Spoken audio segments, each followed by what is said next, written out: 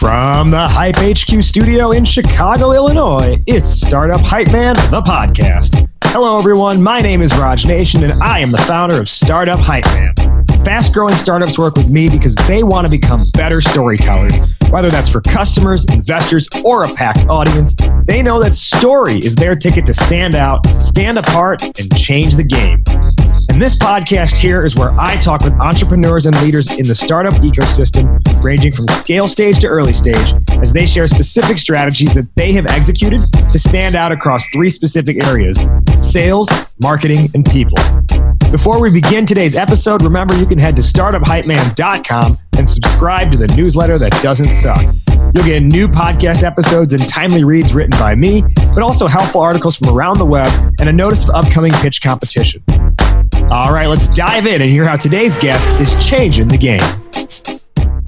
Ladies and gentlemen, making her way to the microphone from Flint, Michigan, and currently residing in Chicago, Illinois. She is the co-founder of Intermittent and the head of customer advocacy at ClearCover. Please welcome Heidi Craun.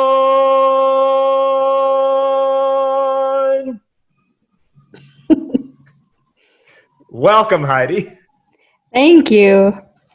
Thank you for such an exciting welcome, too. I have to hype you up. It's my job. She is Heidi Craun, head of customer advocacy at ClearCover and co-founder of Intermittent. Let's break down each of those real quick. Intermittent is a grassroots volunteer-operated organization with a mission to unite the Midwest tech community, thoughtfully nurture its development, and highlight the Midwest as a hub of and destination for entrepreneurial thought leadership and talent. They host the annual Intermittent Conference every summer. And then ClearCover, you may not have heard about them, but ClearCover is the smarter car insurance choice, offering better coverage for less money. ClearCover's API-first approach lets customers have great insurance at affordable rates. And the company's powerful technology, coupled with its dedicated customer advocate team, which Heidi heads up, ensures a quality experience. ClearCover is built for modern drivers. ClearCover makes it easy to get reliable car insurance in minutes. Our topic today is generating feedback loops to improve the buyer experience. Heidi, why is this on your mind and why is it important to you? Oh, this is something that I've been really passionate about for several years now. And that's because feedback loops are really critical, not only just for understanding customers and ensuring that a company is continuing to meet their needs, but they're the only real way to scale a company's customer experience team efficiently. We are going to dive all into that in just a moment. Before we do, let's learn a little bit more about Heidi and just share a little bit of backdrop as well about our relationship. So Heidi, we've known each other for a little over a year now. I think probably like last year, February or March, is when we had that coffee meeting to talk about Intermittent. And then last June in Ann Arbor was the conference. You were gracious enough to allow me to be the opening keynote speaker for that, which to date, of all the speaking things I've ever done, that one was hands down my favorite. It's rare when you do the stuff that I do where you incorporate like music and stuff, it's rare that the setup is like perfect for it. And this being, this conference being hosted at an actual small music venue just made it like it was everything I could have wanted out of a speaking experience. Well, you were everything we could have wanted for an opener. You really got the crowd hyped, which is exactly what we knew you would do. So thank you for having us there. I appreciate that a lot. Let's talk about Intermittent for a second. You've had this organization running for several years now. Of course, now with the pandemic, doing an in-person event is in the air, or what might a new event look like? But tell me, when you think about Intermittent as an organization and the events you've done over the past years, what do you think it has been able to bring to the people who have been involved with it, and then also just the Midwest community at large? Oh, that's a really good question. I think the biggest thing that Intermittent has been able to do is unite a community of people who are really interested in entrepreneurship for good and for positive social change. Not just around building successful businesses. It's not just like going to an industry conference like like Dreamforce, like a big Salesforce event, but how do we work together when we have a passion for doing positive work within our communities and in our organizations, as well as building a successful company? So that's been really kind of part and parcel to who we are. And it's also been really amazing over the years as we've moved the conference around a little bit and expanded our involvement, like with speakers in Chicago, speakers in Detroit, seeing bridges being built between small ecosystems throughout our region. That's our goal. Yeah, and I can tell you, having been there last year, honestly, a lot of times when I speak at an event or a conference, I do my thing, and then I'll hang out somewhere in the back and like just get work done. That 0% of that happened at Intermittent last year because every talk was so good that I couldn't possibly I had zero pull to like start checking emails while someone was talking or just not pay attention because I was just like, man, this is so engrossing. And then I think you also did a really good job of building in like the email breaks or the bathroom breaks too. But I just remember everything just throughout the day just kept getting better and better and better, which I have not really seen at a conference before. Wow, that's the highest compliment you could give me because we work really, really hard to make that happen. And, there are always some misses. It's impossible to nail everything. There are going to be things that go wrong, like at a wedding or something like that. But our biggest goal is to make sure that the content is really engaging and that people don't like drop in and out of the talks because they build on each other. They're curated, and we have it as a one-track, one-day event for that reason. We want to make sure that people walk away really inspired and having, connected all these dots across all these different speakers and their areas of expertise. So that's just that you just made my heart sing. Thank you. Good. Let's rewind a little bit further back. I mentioned in your introduction, you grew up in Flint, Michigan. Kind of seeing the changes in Flint over the last 30 years or so. What do you feel growing up in that environment? How did it shape you? That's a really good question.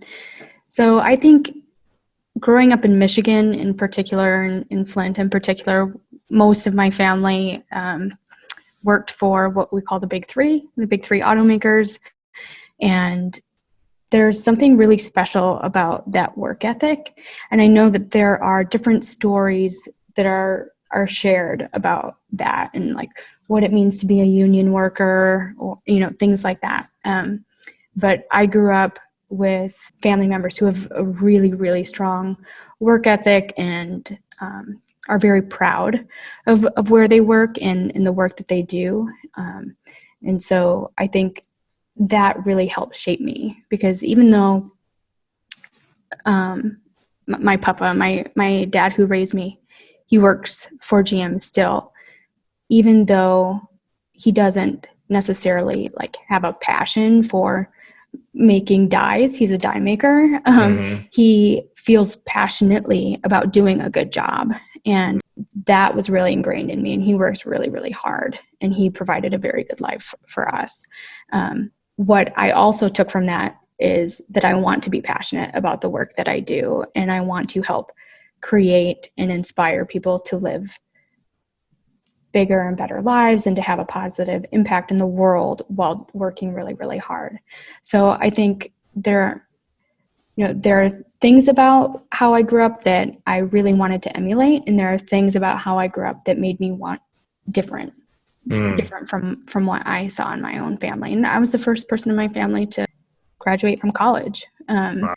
Really great opportunities that were afforded to me through the experience that my family had by raising me in that environment. So I'm very grateful for that. And I don't take for granted where I am today. Yeah. Continuing on the personal note, your other father last year tragically passed away only, I think, maybe within a month or maybe two after the Intermittent conference. Obviously a very tough thing to have to experience, and I'm very sorry for your loss. Typically, when something like that happens to people, it kind of forces you to hit the reset button. So in what way do you feel like after that happened or when that happened, you hit a reset button for yourself? Yeah, it's a good question. And thank you for your kind words. It was just a couple weeks after Intermittent that happened. And I've suffered loss in my life before, a tragic loss. My mom was killed in a car accident when I was young. So I think how do I say this? So I've experienced loss as a young girl too. My mom was killed in a car accident. And so I've been through tragedy before. And I learned a lot in that. But I think that what was different about my dad's passing is it was a complicated relationship to begin with. My dad suffered with a lot of mental health issues, including addiction, alcoholism specifically. And he was homeless at the time that he passed away. And he was found unexpectedly having drowned in a river. And so that was very alarming and very public in a way that I hadn't experienced before, where by the time it's reported in the paper, right? Exactly. By the time I found out about it here in Chicago, it was days after he'd been found, and it had already been pretty widely publicized in that part of Michigan that there was a body found floating in a river. Like, it's a horrible thing, right? And they didn't understand at the time how he died. So, there are a lot of people alarmed of like, was there foul play? Do we need to be concerned about something?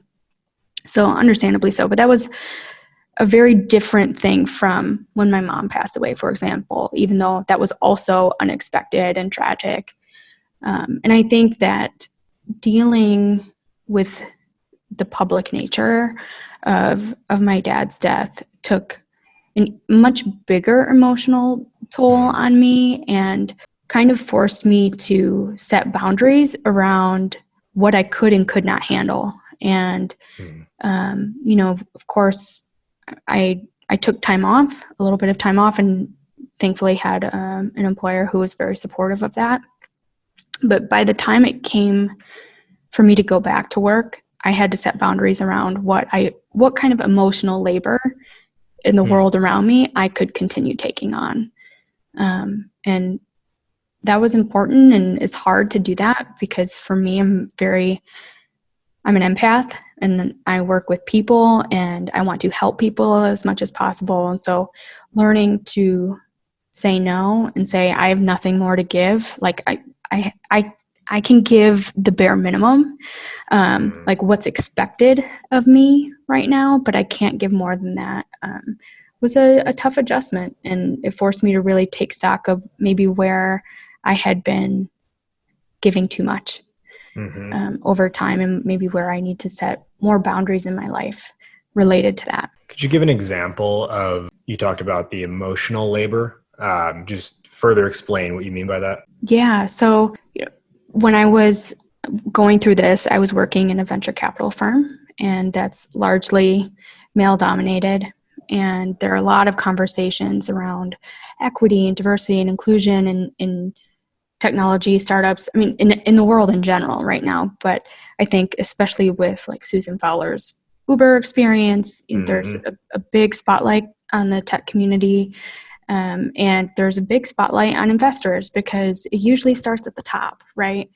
And companies do what they're incentivized to do, and people do what they're incentivized to do. And in many ways, investors decide who gets money, what the benchmarks are, what the goalposts are, right? And so I had been doing a lot of work around that, trying to improve diversity, equity, and inclusion, change how we think about it, developing systemic structures to help disrupt bias, unconscious bias, specifically among investors. But that's a lot of emotional labor to take on, just in general, because I'm already a minority, and we're the ones oftentimes who are doing the work to make the change and inspire change and explain why that needs to be done. So I ultimately had to say, this has been a passion of mine for a long time, but it's kind of above and beyond what's expected of me in this role. I was taking it on because it's important and I wanted to, but I can't anymore. Yeah. I just can't go above and beyond in that way right now. Ultimately, that opened the door for you to join ClearCover, which is actually a company that Hyde Park Angels, where you were at, had invested in. And I know you had been a big part of that investment process with ClearCover. Can you, I gave the overview up front, but can you just maybe give a better description of what ClearCover does and your responsibilities in the company? Yeah, so we are a leading insurtech company, and we make, as you mentioned, we use artificial intelligence to make better rating predictions and better decisions around what kind of rates we can offer our customers.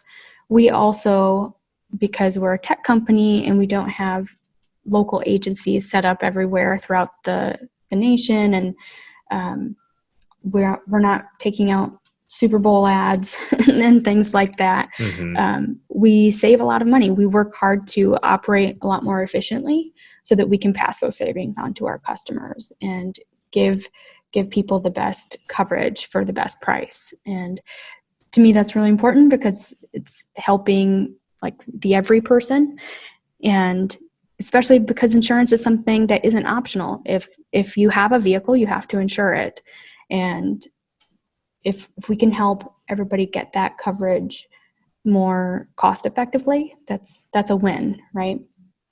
And my role within that is I lead most of the customer facing teams within ClearCover. So I don't lead our claims representatives team, but I lead all the teams that help customers either purchase a policy or get help with a policy.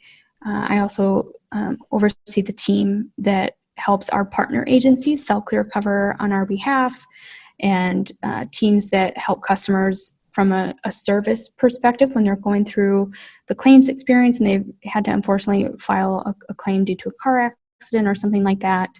And just generally making sure that we're giving the right people the right coverage, that no one's kind of like abusing the system or not meeting our underwriting guidelines such that we would ultimately have to raise our prices across the board for people who do meet our underwriting guidelines. With that in mind, let's dive into our topic, which is generating feedback loops to improve the buyer experience, which is a lot of, I think it's in a lot of the process you just talked about is coming out of this concept. Let's start here though. When you use the term feedback loops, how are you defining that for ClearCover's particular use cases? Yeah, that's a good question. So the way that I think about it is how do we take what we're hearing from customers in these individual interactions, aggregate that data, and give it back to the team who can ultimately solve the customer problem or reduce customer friction in some way. So most of the time for us, that is our product and technology team. That could be adding a feature. It could be changing how a feature works. Like maybe customers don't know that it exists, so there's a discoverability or usability problem. But it could also be leading back to our marketing teams or our underpinning kind of growth team to make sure that we are setting the right expectations when someone does go to quote through ClearCover, or setting the right expectations just through our AI, making sure that we're targeting the right people. Okay, so expectation setting is a big part of this. When we think about this feedback loop concept, then what would you say are the points that make the circle, that create the loop? Where do we start, and then how do we circle around and come back to that starting point? So we start the way I talk about it is we start by failing the customer somehow. Interesting. And the way the reason I say it that way is because, which admittedly comes across as a bit harsh, but the data shows that something like 85% of the time, customers prefer to help themselves. Oh. So if they're reaching out to us, most of the time, they didn't want to, right?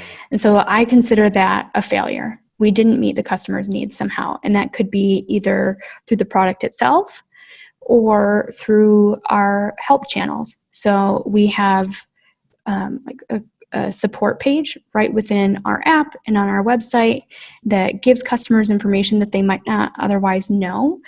For example, about what's included with roadside assistance. Right now, ideally, that would be very clear in the purchase workflow when they purchased it, but you might not remember it. Insurance isn't something that ideally you're using all the time. You don't want your car to be breaking down all the time.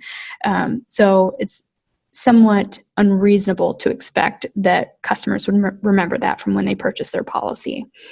So there's an opportunity there that we have to help customers in those moments. At ClearCover, we call those the moments that matter.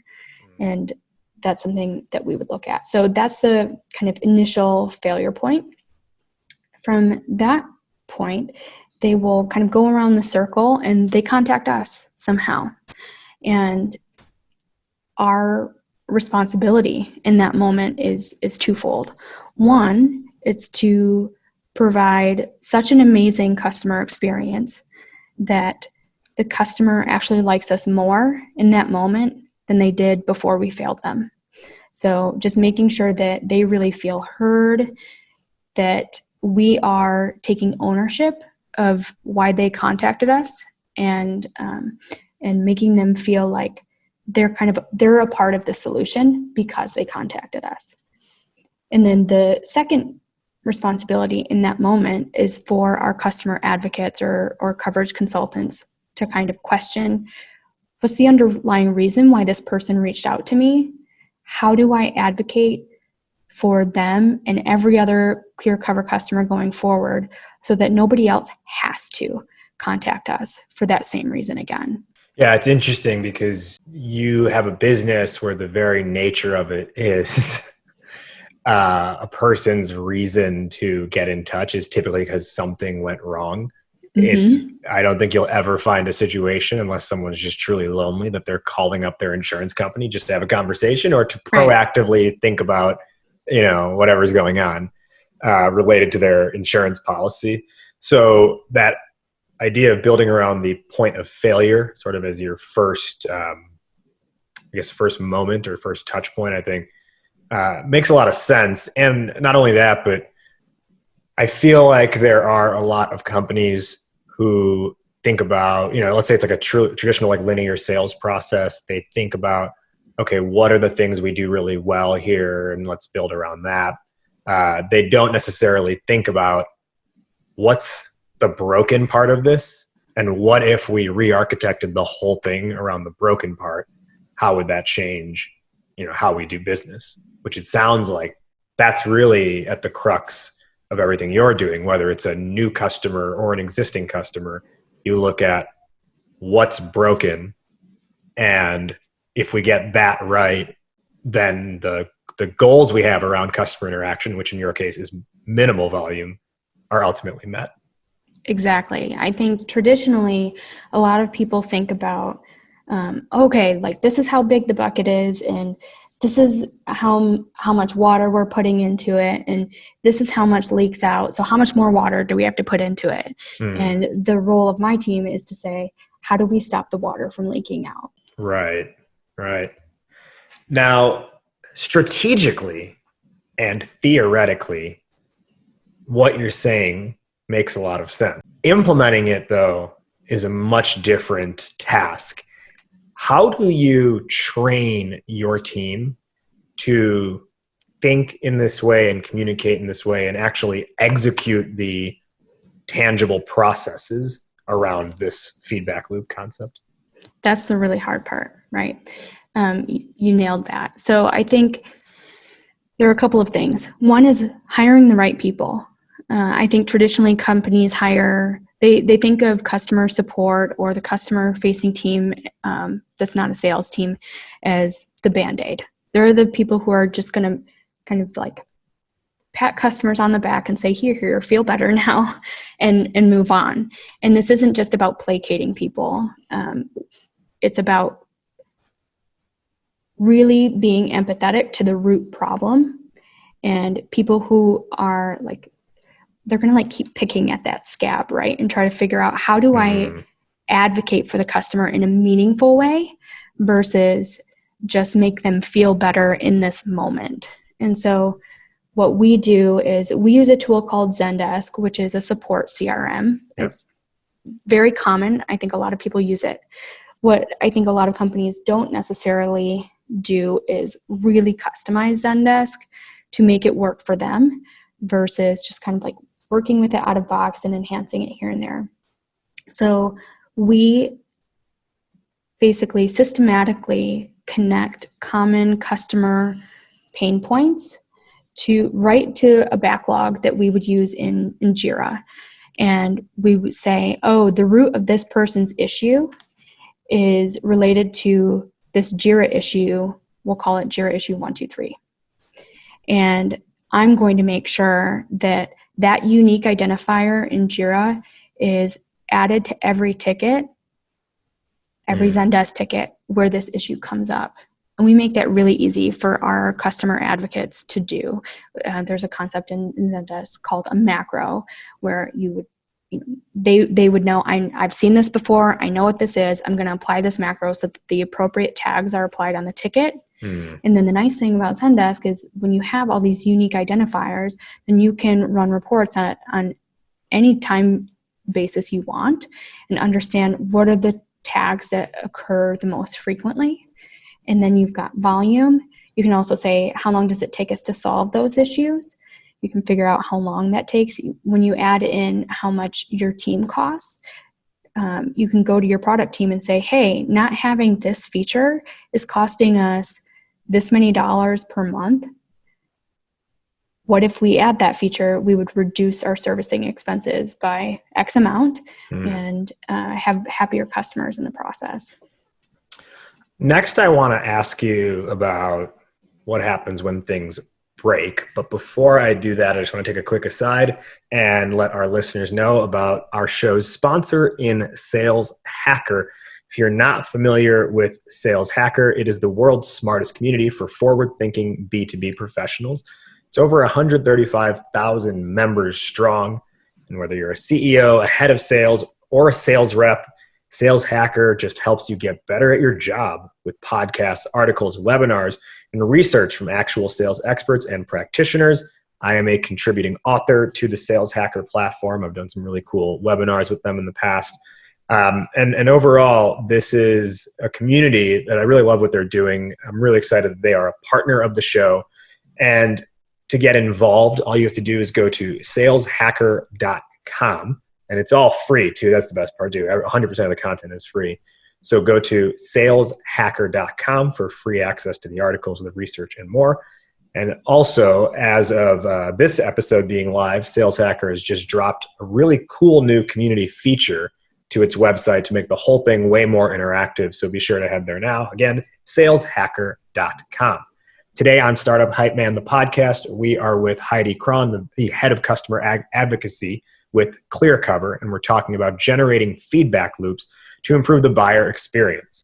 Heidi, I mentioned I want to ask you about what happens when things break. So you can create the feedback loop. Let's say you identify a specific instance where you need to close that loop.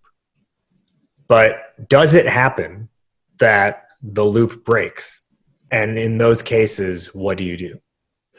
It can happen. The loop can break. And I would say the most common reason why that happens is a communication breakdown within the customer experience team, where folks didn't know that an issue is being tracked and that they need to apply a specific macro or specific tag, that unique identifier that allows us to aggregate data around where our customers experience the most friction.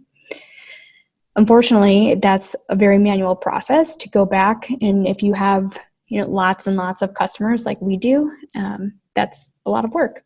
I think that for us, the best way that we have for that is to make sure that in those moments when it's like, oh no, there's a small fire, like maybe one of the DMVs that we work with had some kind of an outage, for example, and that means that people can't purchase their policies online. They're calling in because they're experiencing problems. They want to get a policy. We have to be very mindful. All of our leaders have to be very mindful in those moments to say, oh, we need to file a Jira issue for this. We need to start tracking this. This is the unique identifier. Let me spin up a macro really quickly. Please put all those like tickets to the side so that we handle this the right way, and invest that time up front to handle things smoothly down the line. And that's really, really hard for folks to do, especially when you've got a customer waiting for an answer. But it is the right thing to do long-term to try to figure out how can we potentially work with that DMV to prevent issues like this in the future. Like, what are the options that we can explore there? Do we need to rethink a partnership? Do we need to have a better like failover system for some reason? So it's really, really important to invest that time up front. And not only for that reason, but such that when there is a solution and we have that macro in place, it makes it loads faster for our customer advocates to go in and answer all of those customers really accurately and really efficiently, so that customers don't like get a response that says, I'll get back to you. Right. We get them the right answer the first time. Let me build off that a little bit more then. So essentially what you shared there was the loops break when something has been more or less like under macroed, at least with the tech stack you're using. Is it possible though, conversely, that something could be over macroed, or you made a sweeping assumption and macroed it only to realize actually that's not what we're now seeing consistently moving forward? Yeah, that does happen. We have a protocol in place that says we wait a little bit before we create a macro, unless it's crystal clear, like an outage, right? We wait to hear something a few times before we create a macro, such that we have developed muscle memory around it, and kind of that, we call it like the sixth sense of pattern recognition. Sure. To know, like, I can diagnose this accurately and apply things accurately in that moment. But to your point, there are sometimes things that come up that look like something that you have strong pattern recognition for and end up being something very different. This is very common in technical support. So on our side, it's really important that we aren't simply hiring people who are passionate about customers, but who have the technical aptitude and the interest in really learning the product so that they can better detect like idiosyncrasies in patterns and aren't fearful of diving in. This isn't the type of role where you might see in a call center where everything is scripted. This is more technical than that, such that our team members are truly empowered to be able to detect and diagnose issues that our customers come up against. Yeah, you mentioned before that concept of like the small fires, and almost just being like better prepared for that so that they aren't fires. I used to joke that, like, you know, I started my career more closely tied to like the advertising agency world, marketing agency world. And I remember when I exited that world, I was like, man, everything is always on fire at these companies. Like any ad agency, there's always a fire that has to be put out. And I'm just, in my head, I'm just like, why do you let the customer bully you like that? And then also, who wants to go to work with a building that's burning down every day? It's brutal. It's brutal. Yeah. A lot of that thoughtful, advanced thinking. And on our team, what we've increasingly been doing is we have 2 standing meetings a week with our product team. And that's time for our product team to come and say, hey, we're thinking of building this. Here's a mock-up of it. Poke holes in it. How useful is this? Like, think about what we can't think about because we aren't on the front lines with the customer every day. And so we've been really grateful to have that good relationship with product that appreciates the lens that we bring to ClearCover on behalf of our customers. Yeah, I think that's a key differentiator, right? When you compare to those companies where things are always breaking and they're always putting out the fires, is they tend to let the issues happen and almost keep treating them as a one-off. So they just fix it for that moment, but don't think about preventative measures moving forward. And they often don't, they don't have an internal, they don't have enough internal stakeholders involved where, like you said, like half your team is just poking holes at it before it's ever rolled out publicly. I think it's a much easier, much more obvious strategy when you think about your external facing like software that you're selling to people. Much harder when you think about internal process changes. That's very true. That's very true. Well, my final question here before we begin our wrap up is this feedback loop approach. How do you feel this differs? And perhaps it plays off what we just said. How do you feel this differs from some other customer experience approaches where you just kind of hear the head of sales, the head of CX being like, just make sure you're constantly providing value, or, well, hey, we just got to keep or win them at any cost. So just like bend to their requests to make sure we retain or acquire. How do you feel this approach, I guess, fundamentally differs from those approaches? I think this approach does a better job of retaining customers for the long term. Following the strategy that you just mentioned of bending to whatever a customer asks for is rarely executable in my experience anyway. It results in a lot of over-promising and under-delivering. And in my experience, customers are okay with not getting the exact answer that they wanted, as long as you acknowledge that. And as long as you say, here's why, and this is where we're at, people appreciate that. When they feel like they're getting inside knowledge around, this is the roadmap for right now, where I'm advocating for you and all of our customers who asked for feature B, but this has to be prioritized alongside some other things. Here's the reality of when we can probably expect that. People, just like people don't want to have to reach out, the reason that they don't want to reach out is because it's labor intensive, it's taking their time, it's distracting from more important things in their life. So if you and they're used to it being a long, bad experience. Exactly. So if you can give them as accurate of an answer as possible right up front and explain the why behind it, most of the time they're like, hey, thanks for saving me the time. And maybe this isn't the product for me, or maybe this isn't the company for me, but I'm not going to sit around and wait for a feature that will never be delivered. I'm going to cut my losses and go somewhere else. But you gave me really great service, and I'm going to recommend you for my folks in my life or my professional sphere who might need software like this, but they don't need that feature B that I need. I think that's the kind of service that creates brand evangelists rather than the kind of service that just answers a question and says next. Right. Let's begin our wrap up. Where can our listeners find you and learn more about ClearCover? So they can follow me on Twitter. It's at Heidi Craun. They can also follow ClearCover on Twitter, at ClearCover. They can follow Intermittent on Twitter. It's Intermittent Conf, CONF. And of course, check out clearcover.com for job postings. We are hiring right now. And check out intermittent.org if you're interested in learning more about equitable entrepreneurship. Awesome.